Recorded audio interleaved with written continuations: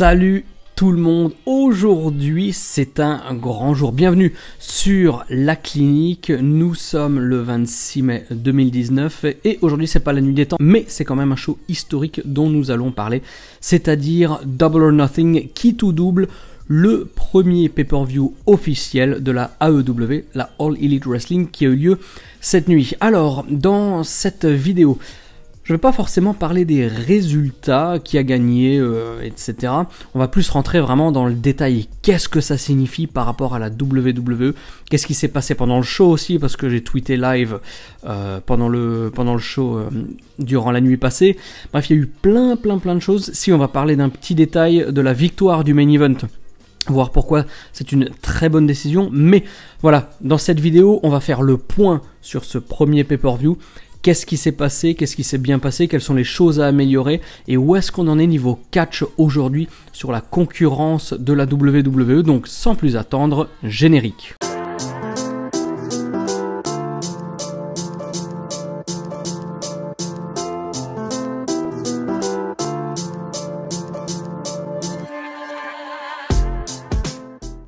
Alors Double or Nothing, Quitte ou Double, on était en live du MGM Grand à Las Vegas, la salle était pleine, en tout cas tous les tickets qu'ils avaient vendus étaient vendus, je crois que ça a été sold out en 4 minutes, il y a eu un segment à la fin du pré-show où Cody Rhodes accompagné de sa femme Brandy, les Young Bucks et Kenny Omega, ils ont fait un petit segment et puis ils ont dit ouais on est devant 20 000 personnes etc. Et là il y a Cody qui lui dit non mais là, il n'y a que 13 000, hein, il ne faut pas dire qu'on est 20 000. Et petite pique à la WWE qui grossit très souvent, surtout lors de WrestleMania, les shows. WrestleMania, entre la réalité et le nombre annoncé, il y a à peu près toujours chaque année 10 000 personnes de différence. Et donc là, je ne sais plus si c'était Nick ou Matt Jackson qui a dit oui, mais mec, on est dans le catch, on arrondit un petit peu au-dessus. Bref, voilà, première pique envers la WWE. Il y aura d'autres piques durant la soirée. Alors qu'est-ce qu'il faut penser de ce show? Déjà, techniquement, à moi qui fais les reviews de la WCW dans la nuit des temps, donc à l'époque la WCW en pleine Monday Night War, là on est donc en 1999, techniquement, au niveau du son, au niveau de la synchronisation des matchs, des segments, du rythme du show, de à peu près tout, on va dire, donc techniquement au niveau de la production, la All Elite Wrestling aujourd'hui fait quelque chose de beaucoup plus abouti que l'était la WCW à l'époque. Donc déjà, en termes de concurrence par rapport à la WWE, on est plus proche de la WWE aujourd'hui que ne l'était la WCW il y a 20 ans. Au niveau du catch, du style de catch, jusqu'à la première... Allez ouais, grosso modo la première moitié du show, c'est-à-dire la fin du match à 3 contre 3 des catcheuses japonaises, jusqu'à ce moment-là, j'avais le sentiment que le style de catch était trop du catch indie, trop du catch indépendant, pour pouvoir rivaliser à long terme avec la WWE, parce que pour rivaliser avec la WWE, il faut toucher un grand public, et pas que un public fan de catch. Donc j'ai trouvé que les premiers matchs, ils étaient vraiment très bons, ça y a aucun souci, il y a même eu le retour de Awesome Kong, il y a eu plein de belles choses, mais j'ai trouvé que c'était un petit peu trop lourd, un petit peu trop indigeste, trop de catch, trop rapidement on va dire, pour que à terme le public lambda qui ne cherche pas forcément que des moves et une compétition athlétique etc. puisse vraiment s'investir dans le produit All Elite Wrestling. Par exemple, moi ce qui m'a le plus entre guillemets déçu par rapport à ça, mais vous allez voir que dans la deuxième partie du show là par contre on touche presque la perfection. Dans la première partie du show, ce qui m'a beaucoup déçu c'est par exemple les Best Friends, Trent et Chuck Taylor. Les plus grosses réactions que généralement ils génèrent sur les shows indépendants, c'est quand ils font de la comédie, quand ils font des conneries, quand ils font quelque chose qui n'est pas du catch. Il suffit de regarder à la PWG par exemple, les shows sur lesquels il y a les plus grosses réactions, c'est jamais sur du catch, c'est toujours sur des conneries. Je me souviens, alors là j'ai pas les vidéos ni les photos, mais une fois il y avait Trent et Chuck T qui avaient créé un géant. Donc il y avait, je crois que c'était Chuck T qui était sur les épaules de Trent ou l'inverse, ils avaient un imperméable qui faisait 3 mètres de haut. Donc il y avait un espèce de catcher comme ça qui faisait 2,50 m, 3 mètres dans le ring. Ça a généré une réaction complètement folle. Je me souviens aussi d'une fois Kevin Steen qui avait fait un package pile driver et un moonsault sur une casquette. Plus grosse pop du show, alors que c'était niveau catch, c'était des shows extrêmement solides. Enfin, c'était la grande époque de la PWG. Mais juste pour vous dire que donc, à la PWG et dans le catch indépendant, c'est toujours ce qui est non-catch qui fait le plus réagir, exactement comme à la WWE. Le public de la WWE ne réagit pas pour le catch, il réagit pour ce qu'il y a autour, les personnages, ce qui se passe entre les moves, les storylines, les regards, etc. Et c'est vrai que pendant cette première moitié de show, on n'a pas du tout eu ce côté non-catch interactif avec le public qui aurait vraiment montré qu'il y a un gros potentiel, en tout cas un potentiel qui est exprimé lors du show, pour, comment dire, capter l'attention du public lambda, de ce public général dont a besoin la AEW. Donc j'étais un petit peu déçu là-dessus. Par contre, deuxième moitié de show, là, j'ai vraiment compris que la AEW est aujourd'hui déjà, avant même ses débuts à la télé au mois d'octobre prochain, une réelle concurrence pour la WWE. Pourquoi ? Premièrement, c'est par rapport à tous les tweets qu'il y a eu cette nuit. Il y a eu Bayley, il y a eu Sasha Banks. Alors Bayley, il faut dire quelque chose. Autant, voilà, Bayley, on peut penser ce qu'on veut d'elle. Je la mets toujours bien plus haut que par exemple une Kylie Ray. Donc c'est la catcheuse de la All Elite qui est tout sourire comme ça un petit peu à la Bayley, mais franchement quand on la voit ça fait vraiment la version pauvre, la version mauvaise de Bayley. Donc on verra ce que ça donne. Pour moi c'est pas une pique à la WWE, c'est simplement voilà, si c'en est une en tout cas, je trouve qu'elle est mal faite. Mais voilà, deuxième moitié du show, on a plein de tweets de catcheurs et de catcheuses WWE qui expriment leur grande satisfaction par rapport au fait qu'aujourd'hui en 2019, on ait enfin une opportunité de concurrence saine au niveau au moins national, si ce n'est mondial, dans le catch. Quelque chose dont le catch a désespérément besoin depuis la mort de la WCW en 2001, parce que même si la TNA était un embryon de concurrence à certains moments, ça n'avait jamais l'engouement populaire que ça connaît aujourd'hui. Donc dans cette deuxième moitié de show, on a eu 3 combats. Le premier, c'est Cody Rhodes contre Dustin Rhodes, son frère. C'était un vrai match old school, et c'est là qu'on voit qu'il y a un potentiel, parce que la première moitié de show, c'était des matchs entre guillemets sortis de nulle part, juste des affrontements entre certains catcheurs. Et niveau réaction de la foule, voilà, c'était relativement limité parce que ça popait pour des moves, mais à partir de Cody Rhodes contre Dustin Rhodes, là on avait vraiment des pops par rapport, comment dirais-je, à une foule qui est investie psychologiquement dans ce qui se passe dans le ring. Dustin Rhodes, il était maquillé, moitié d'un visage noir et rouge, l'autre moitié sans maquillage. Il s'est ouvert, je ne sais plus si c'était suite au coup de bâton de Brandy Rhodes, qui finira par être évacuée sous les ordres de Earl Hebner, qui bouge comme un cabri alors qu'il a 70 ans. Elle va être évacuée par DDP. Petit moment sympa.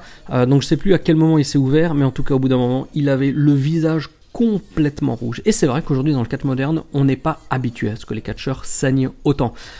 Une ou deux bières avant le combat, une ou deux aspirines, il suffit d'ouvrir un petit peu, là ça pisse dans tous les sens, et ça a ajouté vraiment du drame, un gros drame à ce match qui était superbe parce qu'il y avait une histoire. Et là je me dis que pour tous les combats qu'on a déjà vus au début de la soirée, qui n'avaient pas d'histoire, lorsqu'il y aura les émissions télé hebdomadaires, live, 2 heures chaque semaine, et que la AEW sera capable de construire des rivalités, construire des personnages, développer les rivalités, eh bien on arrivera à un investissement psychologique de la foule égal par rapport à ce match pour les matchs pour lesquels ça n'était pas le cas ce soir. Donc si on transpose ce qui s'est passé au niveau de la foule sur ce match et qu'on l'étend à tous les prochains matchs de pay-per-view à la fin de l'année ou en 2020, et ben je pense qu'on va avoir des pay-per-view absolument exceptionnels. En tout cas, c'est possible si, évidemment, ils suivent comme ça la voie du développement solide et logique de storyline. La foule était survoltée pendant ce combat, elle le sera d'ailleurs dans les combats suivants. On notera aussi qu'à la fin, eh bien, finalement, Cody et Dustin se prennent dans les bras et font feront équipe lors du prochain pay-per-view contre les Young Bucks. Bref, c'était le premier match où je me suis dit putain, là on voit quand même le niveau. Parce qu'on a des catcheurs qui sont stratosphériques par rapport à ce qu'on a vu au début du show. Et c'est ça aussi qu'il faut bien comprendre, c'est que la WWE aujourd'hui elle est un petit peu bloquée. Pourquoi ? Parce que d'un côté, donc on a des catcheurs qui sont insatisfaits à la WWE. On a des catcheurs qui sont insatisfaits, mais qui par exemple tweetent positivement par rapport à la WWE. Qu'est-ce que ça veut dire ? Ça veut dire que la WWE, si elle n'est pas contente, elle n'a que deux options. La première, c'est de renvoyer ses catcheurs et de prendre le risque que les catcheurs WWE aillent à la concurrence et améliorer leurs produits, parce que, il faut quand même le reconnaître, même si athlétiquement et autres, on est peut-être au-dessus à la WWE, niveau catch, niveau psychologie, niveau compétences professionnelles globales, les catcheurs WWE sont nettement, très nettement au-dessus de ceux de la EW. Donc, si la WWE prend le risque de renvoyer certains de ces éléments, elle prend le risque d'améliorer encore plus la concurrence. Vous voyez ce que je veux dire ? Et à l'inverse, si ils les utilisent sans rien dire, je pense pas qu'ils le feront. Donc justement, s'il y a des catcheurs avec lesquels ou des catcheuses, parce qu'il y a eu Bayley qui a tweeté, il y a Carl Anderson, enfin bref, ça a pas mal retweeté pendant toute la nuit. S'ils ne sont pas satisfaits et qu'ils veulent leur faire, entre guillemets, payer leur comportement, en les gardant au placard sans les renvoyer, c'est-à-dire qu'ils les payent à rester chez eux, eh ben ils se handicapent eux-mêmes parce qu'ils se privent de ces talents, justement. Donc soit ils envoient des talents ailleurs, soit ils n'utilisent pas leurs propres talents, ce qui sont finalement les deux seules solutions lorsqu'ils ne seront pas satisfaits du comportement sur les réseaux sociaux de leurs catcheurs. Donc franchement, ils sont bloqués, les mecs.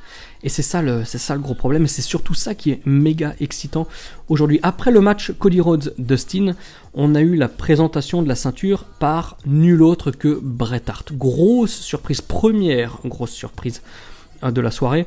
Pendant cet angle, il y a eu l'apparition de Jungle Boy, de Jimmy Havoc, de qui ça d'autre, de MJF. Donc on voit déjà quels sont les personnages qui vont être mis en avant.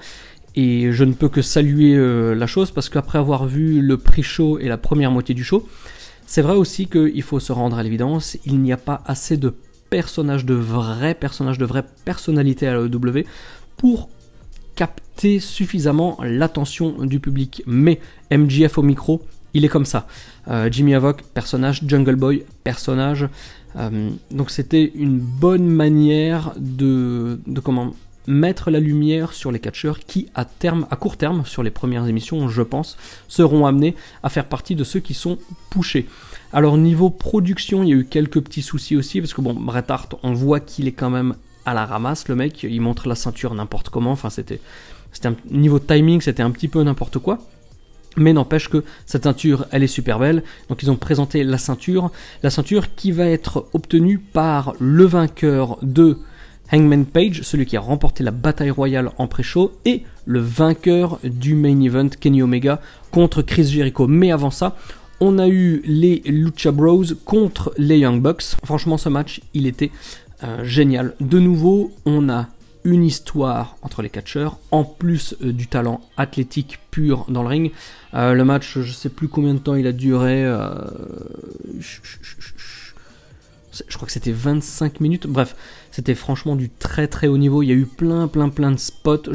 J'ai aucune idée comment les Young Bucks ont réussi à gérer la production du show et la préparation du match, parce que c'était franchement c'était un match absolument génial. Deuxième exemple qui me fait penser que lorsqu'il y aura des storylines, là ça va être du très sérieux. Avant, je parlais un tout petit peu de la production là pendant le segment de présentation de la ceinture.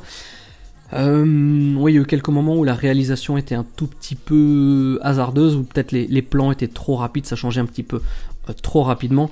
Mais n'empêche que il faut pas oublier que c'est leur premier pay-per-view, le premier. C'est-à-dire que le second ce sera meilleur, le troisième ce sera encore meilleur, et ainsi de suite. Et très rapidement, je pense qu'on va arriver à un produit extrêmement abouti, encore plus que celui-ci. Bien que, je l'ai dit en début de review, on est sur, techniquement, hein, je veux dire, tout est parfait au niveau de la prod, quasiment de la technique, en tout cas beaucoup plus aboutie que ne l'était la WCW à son époque. Donc ça montre bien que là, à tous les niveaux, les mecs, ils gèrent complètement. On n'est pas sur des catcheurs qui s'improvisent promoteurs ou autres, on est sur du très lourd. Le main event, Kenny Omega contre Chris Jericho. Il faut être très clair, si Chris Jericho n'est pas le premier champion AEW, c'est une erreur. Pourquoi ? Parce que aujourd'hui, c'est la seule star, en tout cas le seul catcheur avec le nom qui va résonner auprès du grand public. C'est le seul. Si on donne le titre à Kenny Omega, il est pas très connu aux US. Il est extrêmement connu au Japon. Il n'est pas encore assez connu aux US. Il est connu auprès des fans de catch, mais pas auprès du public général. Chose qui est pourtant le cas pour Chris Jericho, qui a passé maintenant près de 20 ans à la WWE. Enfin, en tout cas, il était lié à la WWE depuis 20 ans. Très bonne chose, ils ont fait gagner Chris Jericho à l'issue d'un match qui a duré presque une demi-heure, il me semble. Alors c'est vrai qu'au début, niveau catch, c'était un petit peu... C'était pas un petit peu mou, mais voilà, il manquait quelque chose. Mais c'est pas bien grave, parce qu'on a des stars dans le ring, surtout avec Chris Jericho, qui donc remporte ce combat, qui va affronter Hangman Page pour le titre de la AEW. Je ne sais pas encore quand ce sera. Est-ce que ce sera le 29 juin? Est-ce que ce sera un petit peu plus tard? On verra bien. Est-ce que ce sera lors de All Out? J'ai plus la date, c'est fin août, 29 août peut-être, ou 31 août, je ne sais plus. Toujours est-il que Chris Jericho remporte le match, et donc il affrontera Hangman Page pour le titre, et je pense que les Young Bucks, Cody Rhodes et Kenny ont suffisamment conscience de ce qu'il faut pour que la AEW bénéficie d'une vraie notoriété nationale. Je pense qu'ils ont conscience de ce qu'il faut faire. Et vraisemblablement, Chris Jericho sera le premier champion. En plus, il est champion heel, donc ça veut dire que derrière, il va y avoir de Kenny Omega, il va y avoir d'autres catcheurs qui vont aller essayer de chercher cette ceinture pour créer des histoires extrêmement intéressantes et excitantes à la AEW. La chose qui, moi, m'a fait popper comme rarement depuis très longtemps, c'est à la fin du show. À la fin du show, Chris Jericho prend le micro. Il dit que la AEW, en fait, c'est pour Chris Jericho. S'ils ont un TV deal aussi gros sur TNT, c'est grâce à Chris Jericho. Si la AEW a réussi à vendre les 12 ou 13 000 billets du MGM Grand en 4 minutes, c'est grâce à Chris Jericho. Si tout ce qui se passe autour de la AEW se passe effectivement aujourd'hui, c'est grâce à Chris Jericho. Donc, il ne demande pas, il exige de la part des catcheurs de la AEW et du public que tout le monde le remercie officiellement pour sa présence. Et là, ça commence à grouiller un petit peu dans la salle. Bon, jusque-là, je ne fais pas plus attention que ça. Donc il réitère ses paroles et dit « Je demande à ce que vous me remerciez parce que c'est ce que je mérite. » Et là, ça grouille de plus en plus. Et je commence à sentir le bruit de... Bon, tout ça, ça se passe assez rapidement, je veux dire, c'est en moins de 10 secondes. On commence à sentir le bruit de réaction de la foule qui commence à péter un plomb parce qu'il est en train de se passer quelque chose qu'on n'attendait pas. Mais dans un certain sens... qu'on espérait que ça se passe.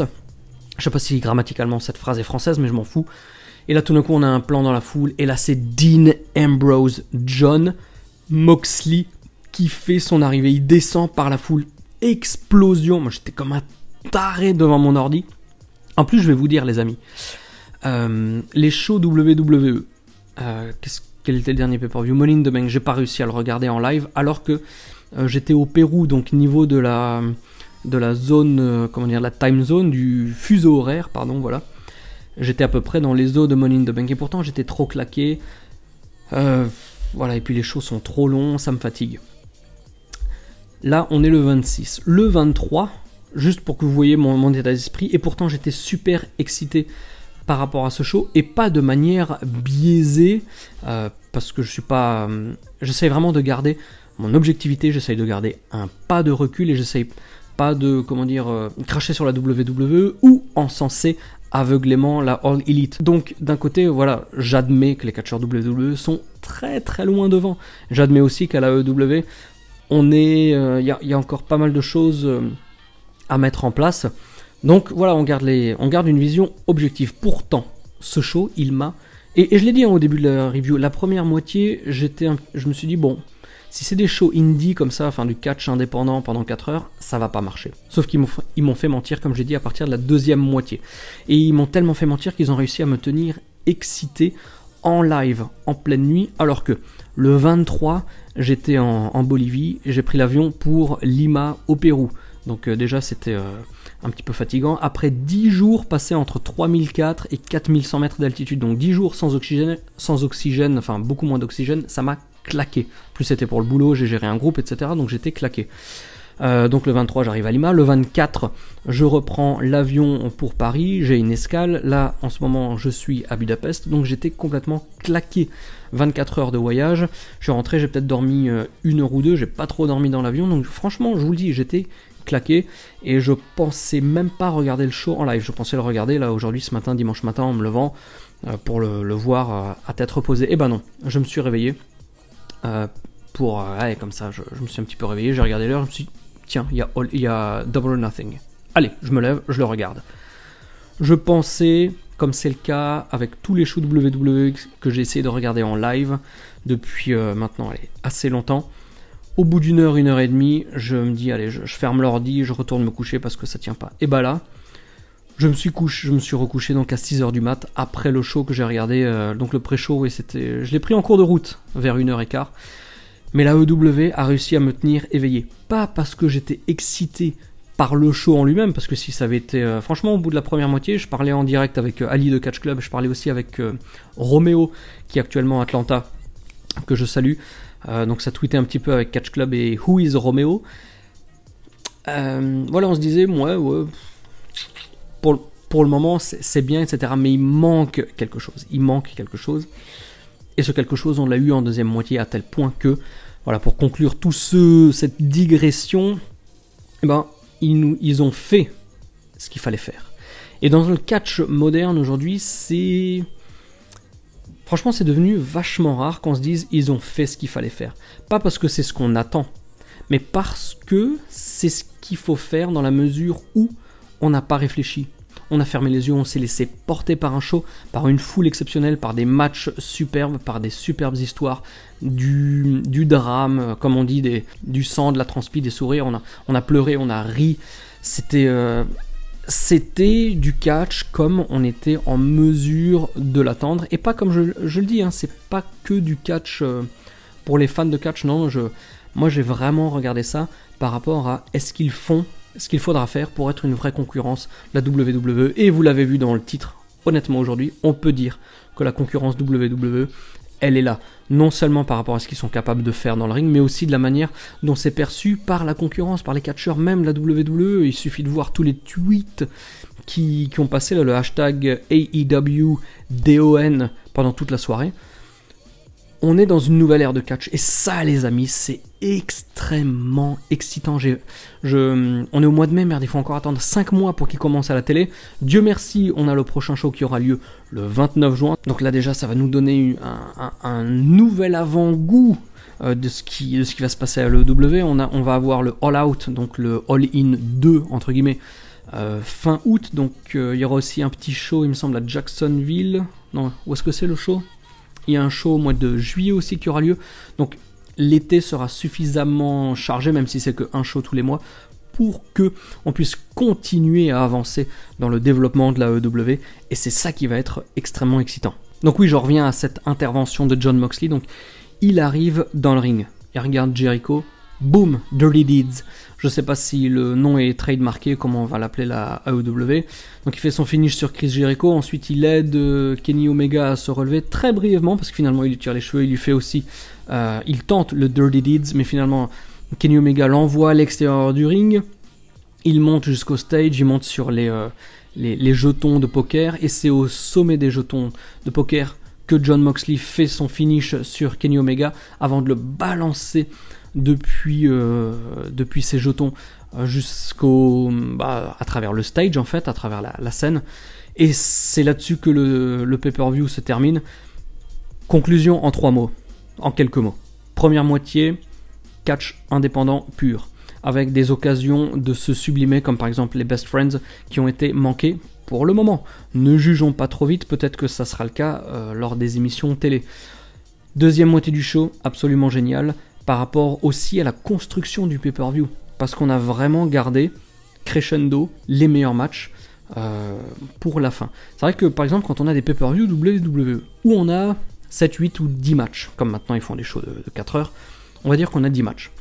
Au lieu de faire 6-7 matchs, où ça va crescendo, et garder les 3-4 plus gros pour la fin, c'est comme ça qu'on devrait booker un show de catch, pour vraiment voilà, monter en gamme. La WWE a j'en ai déjà parlé je crois dans Money in the Bank, enfin cette année en tout cas. La WWE va vous mettre un très bon match, voilà. On va commencer par quelques matchs moyens, là, les openers, les mid-cards, etc. Puis, un petit peu de nulle part, on va mettre un super match. Puis, on va casser ou ralentir, en tout cas c'est l'état d'esprit, on va ralentir le rythme du show avec un ou deux matchs qui passent un petit peu à la trappe avant de remettre un autre. Sauf que non, sauf que ça ne construit pas l'anticipation de la foule et ça a simplement le mérite de faire un... je crois que c'était le terme que j'avais utilisé, un espèce de rythme en dents de scie, de faux rythme de show qui, sur des shows de 4 heures, nous empêche vraiment de nous dire putain, j'attends ce qui se passe, j'attends avec impatience ce qui va arriver, j'attends avec impatience ce qui va arriver, et ainsi de suite, et ainsi de suite. Sauf qu'à l'EW, c'est exactement ce qu'ils ont fait, et c'est ça qu'on attend aujourd'hui du catch moderne, à tel point que, à l'heure où j'enregistre cette vidéo, là on est, je viens à peine de me réveiller, là on est dimanche matin, j'ai dormi quelques petites heures. J'ai lu une petite news là, apparemment les McMahon ils sont furieux. Ah oui, en parlant de furieux, ah oui, c'est trop bien. Avant le match de Cody et Dustin, j'ai oublié de le dire, désolé. On voit une espèce de trône à la Triple H avec des têtes de mort et je sais pas si c'est la croix de Malte. Je sais plus quel est le nom précis de la croix emblématique de Triple H. Cody passe devant, il va sur le ring, puis Brandi va sous le ring et elle sort un sledgehammer qu'elle donne à Cody. Il fait demi-tour, il remonte sur la rampe et là il brise le fauteuil, énorme pop, il brise le trône, énorme pop de la foule pour ce moment extrêmement symbolique de Cody qui, par ses actes, se libère le monde du catch de la mainmise de Triple H qui est malgré tout aujourd'hui, alors on va dire emblématique de la WWE, même si ça reste au niveau des soucis plutôt liés à Vince McMahon, mais voilà, c'était un symbole extrêmement fort envoyé par Cody Rhodes, et même si je suis pas fan non plus des pics comme ça délibérés comme le faisait souvent la WCW à son époque, et on a vu que c'était surtout une voie à ne pas suivre par la EW, c'est-à-dire de directement cracher sur la compétition.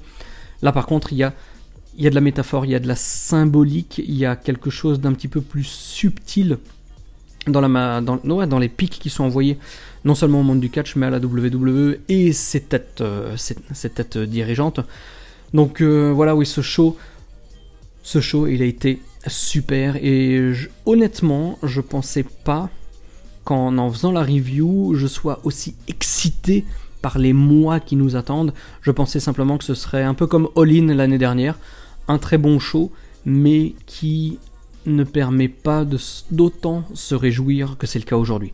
Donc un chapeau, un grand coup de chapeau, plein de pouces vers le haut pour la AEW, parce que mon sentiment aujourd'hui c'est qu'ils ont compris qui ils sont, qui ils doivent devenir et comment il faut mettre en place les choses pour le devenir, pour être la vraie alternative à la WWE d'ici 1 an, 1 an et demi, 2 ans, parce que c'est vrai que c'est pas tout de suite que ça arrive. Par contre, conceptuellement, au niveau de l'approche psychologique du produit, comment c'est géré techniquement. Ah oui, bain de sang entre Cody Rhodes et Dustin Rhodes. Avec Ali de Catch Club, on discutait sur Facebook pendant qu'on regardait le show, et on s'est dit, est-ce qu'ils vont changer le tapis de ring? Parce que pour vous qui êtes venu par exemple avec nous à WrestleMania cette année ou à Raw, vous avez vu que plusieurs fois pendant le show, ils changent les tapis pour qu'à la télé, le tapis soit toujours 100% clean. Dès qu'il y a une petite trace, on enlève une couche et on repart de zéro. Et bien là, ils ont fait quelque chose qui nous a ravis. C'est que pendant le segment Bret Hart, pendant qu'il passait les clips de présentation, etc., ils ont changé le tapis de ring pour que après le match tag team des Lucha Bros contre les Young Bucks et le main event Kenny Omega contre Chris Jericho, on ait un tapis de ring 100% clean pour que on soit face à un produit 100% professionnel, en tout cas le plus proche de la perfection technique professionnelle, de la production, de l'organisation d'un spectacle. Et aujourd'hui la AEW a non seulement relevé le défi haut la main, mais vraiment ils ont tout géré, honnêtement, à la perfection par rapport au fait que c'était leur tout premier show. Il faut pas oublier. Si on va comparer, si les gens vont comparer à la WWE en disant oui, mais je sais pas quelle connerie, c'est le premier pay-per-view AEW. Le premier. Et la différence, en tout cas de la production technique, hein, pour tout ce qui est du catch, des storylines, bien sûr, storyline, il n'y en a pas encore. Pour ce qui est du catch, j'ai déjà donné mon avis dans la review, mais techniquement, en termes de production de spectacle, et Ali, si tu regardes cette vidéo, je sais pas si tu vas commenter, mais je sais que tu seras de cet avis, on est sur du très haut pour un coup d'essai. Pour un coup d'essai, c'était un coup de maître, et c'est là-dessus que je vais conclure cette vidéo, pour vous dire que j'espère que vous êtes aussi impatients que moi de voir ce qui va se passer très prochainement à l'AEW. Lors du show du 29 juin, je serai en Islande avec un groupe, donc je ne pourrai pas vous faire de review dès le 30 juin, mais dès que je rentre, début juillet, je vais m'y mettre. Rassurez-vous, je vais regarder ça avec un œil très intéressé, et bien entendu je vais le partager sur la clinique. Donc voilà, merci. Si vous entendez ces phrases, c'est que vous avez regardé la vidéo à la fin, donc merci pour votre fidélité. Comme d'hab, n'hésitez pas à partager, à aller sur Twitter pour suivre @WrestlingClinic, à mettre des commentaires, à mettre des petits pouces, à m'encourager, etc. et à discuter tous ensemble dans les commentaires, car c'est aussi ça qui m'enrichit et qui me réjouit sur la clinique. Et puis moi je vous dis à très bientôt pour la prochaine vidéo qui, j'en suis sûr, saura vous intéresser. D'ici là, vous savez ce qu'il vous reste à faire, c'est-à-dire pas grand chose si ce n'est garder la passion et regarder du catch 24 heures sur 24. Allez, bye bye.